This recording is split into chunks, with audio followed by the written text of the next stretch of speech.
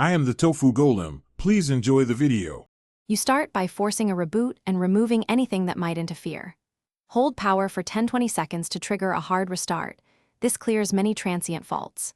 Next, eject the SIM and SD and unplug chargers or external displays because peripherals can trigger blank screen states. Visually inspect the screen edge-to-edge for cracks, separation, or moisture. The reason is simple.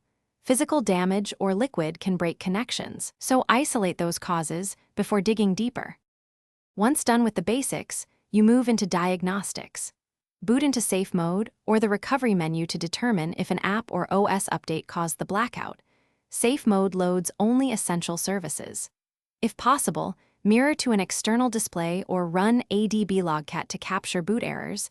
This shows whether the GPU or display driver fails. If all signs point to software corruption, back up your data and perform a factory reset because reinstalling the system often fixes driver-level faults. You're at the finish line. Open the device if you're comfortable, then reseat the display connector and inspect flex cables for tears. Loose connectors cause intermittent or no image. If reseating fails, replace the display assembly or seek a repair shop for board-level issues. Water or solder faults need professional tools. If the screen remains dark, check backlight voltage with a multimeter or temporarily swap in a known good screen to confirm whether the panel or mainboard is at fault.